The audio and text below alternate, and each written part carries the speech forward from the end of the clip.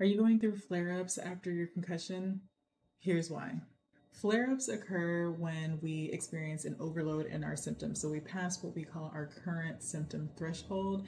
And so that's when you tend to experience a just exaggerated, more severe version of your symptoms. And so this is known as a flare-up episode. Let's go over 5 things that we can be mindful of and learn and take away from these flare up episodes. But before we get into those, I just want to say that a flare up does not necessarily indicate one, that you sustained another concussion, and the two, that you are going backwards in your recovery. Flare-ups should actually be expected. These things are going to inevitably occur as you are healing and recovering because you are trying to find this balance of returning to your day-to-day activities. And so as you're rebuilding capacity for these things, then it is to be expected that there are going to be times where you might inadvertently do a little bit more than your body is ready for and therefore experience a flare up. So the first lesson that we can take away from flare ups is where our current symptom threshold is.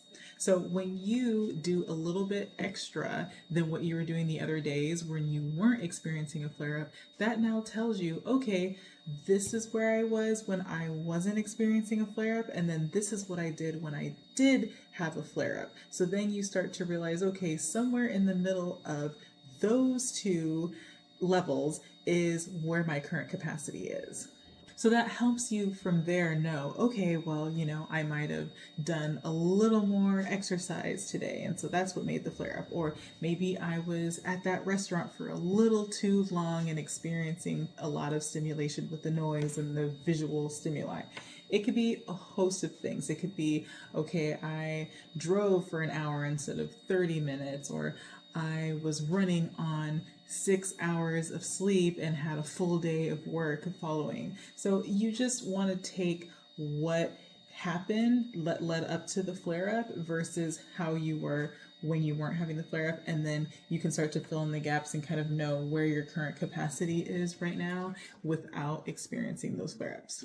Number 2, you also learn what your triggers are for your symptoms. This one's really important because as soon as you can know what the triggers are for your symptoms, you can do a few things. You can ensure that when you are in a situation where you are going to be around a trigger, that you try to minimize it or take it in little bursts so that you do not experience these daily flare-ups, because nobody wants that, obviously. This gives you a little more control over your day if you know what your triggers are, and say there are certain things that you just really need to get done that day. If there are ways that you can kind of avoid or work around those triggers, then that can help you create a little bit more predictability in your day so that you just don't feel so constantly just out of control and that you're constantly spiraling and don't even know what you are doing that is provoking the symptoms.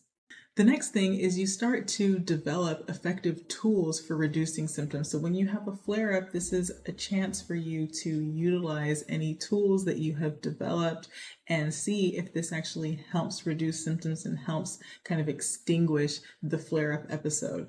This becomes very powerful when you have tools that you can use to regulate your symptoms. This helps us get out of the flare up sooner. So you, one, do not have this flare up that lasts for several days or several weeks. And it is a little more encouraging as well that you just have more control and that you can kind of extinguish the flare up and then move on. The fourth thing that you can take away from a flare up is now really understanding where to focus your rehab efforts.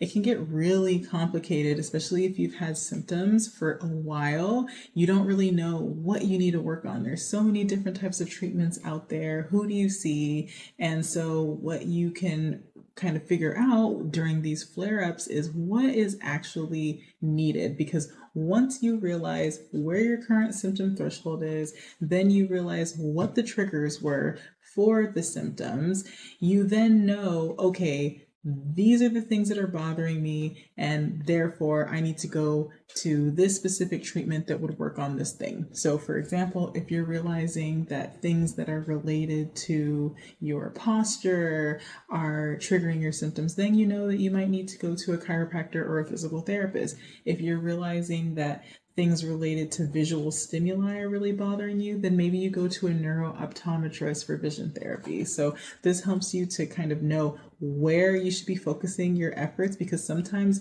trying to do all the things at once is not helpful. And then also you might realize that you have kind of mastered a certain discipline and don't necessarily need to continue spending your time and money going to those sessions. The fifth thing I would say that you can take away from flare-ups are ways that loved ones can support. A lot of times loved ones will say, hey, just let me know if you need anything, or I'm here, just let me know. But you don't actually know what you need in the moment until you are very dependent and need somebody. Then you can start to kind of develop these agreements between your loved ones on how they can help you on whether it's a weekly or daily basis, so that you again do not have so many flare-up episodes. All right, I hope those are really helpful so that you can continue on with your journey and not be afraid of flare-ups. Know that they're a part of the journey and that there's something that you can take away from them each time.